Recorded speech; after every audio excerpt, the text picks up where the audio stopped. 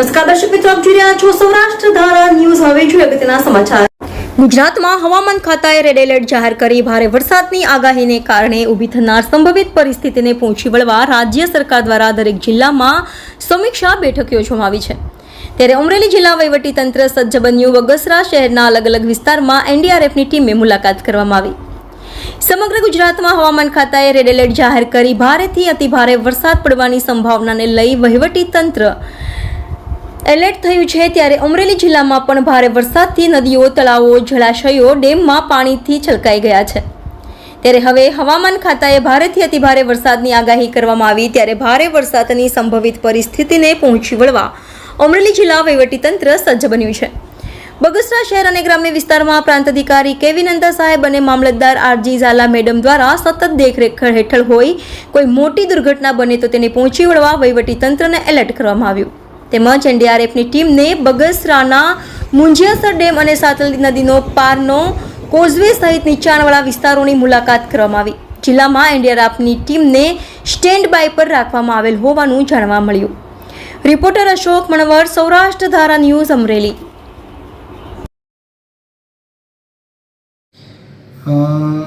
હવામાન ખાતા દ્વારા ભારેથી અતિ ભારે વરસાદની આગાહી કરવામાં આવી છે, જેમાં તારીખ 26, 27, 28 આમ તો 1 તારીખ સુધીની નાની મોટી આગાહી છે। આ મુજબ હાલ આપણા માનનીય મંત્રી શ્રી કુંવરજીભાઈ બાવળિયા દ્વારા આખા જિલ્લાની મિટિંગ લેવામાં આવેલી હતી।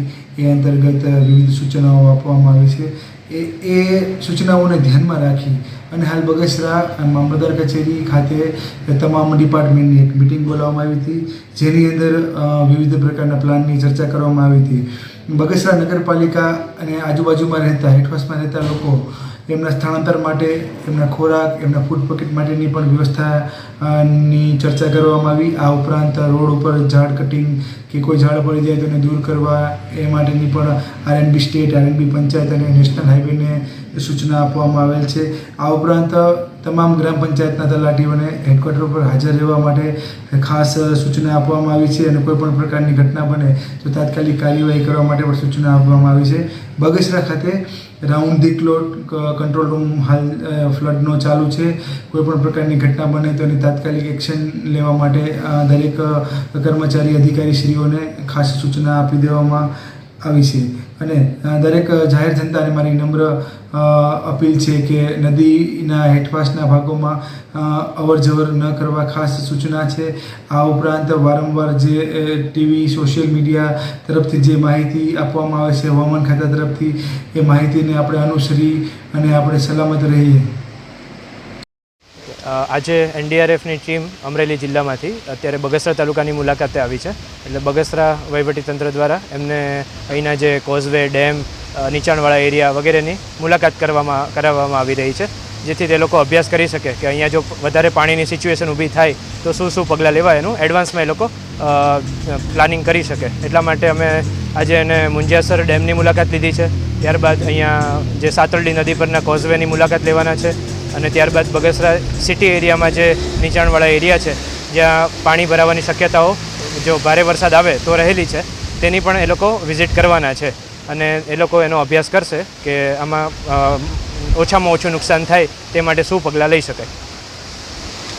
इंस्पेक्टर भरत मौर्य, एनडीआरएफ की टीम यहाँ अमरेली डिस्ट्रिक्ट में पदस्थापित है और यहाँ के बागासरा में आज कलेक्टर सर के माध्यम से मार्गदर्शित किया गया है। जो बागासरा के जो डैम है और यहाँ पे काजवे है, यहाँ का निरीक्षण किया गया तथा लोग देखा गया कि अगर ओवरफ्लो होता है तो गांव कितने लोग प्रभावित होते हैं और यहाँ के लोगों को अवेयर किया गया। जिसमें एनडीआरएफ की बात करें तो एनडीआरएफ के पास boat, OVM, life buoy, life jacket है, जिससे उनको कैसे इस्तेमाल करना है इसके बारे में लोगों को अवेयर किया जा रहा है। और आईएमडी का प्रेडिक्शन है कि अभी हैवी बारिश होने की संभावना को देखते हुए लोगों को एनडीआरएफ की टीम के द्वारा और जो प्रशासन एडमिनिस्ट्रेशन के द्वारा लोगों को अवेयर किया जा रहा है कि काजवे और डैम के पास अनावश्यक नहीं जाएं।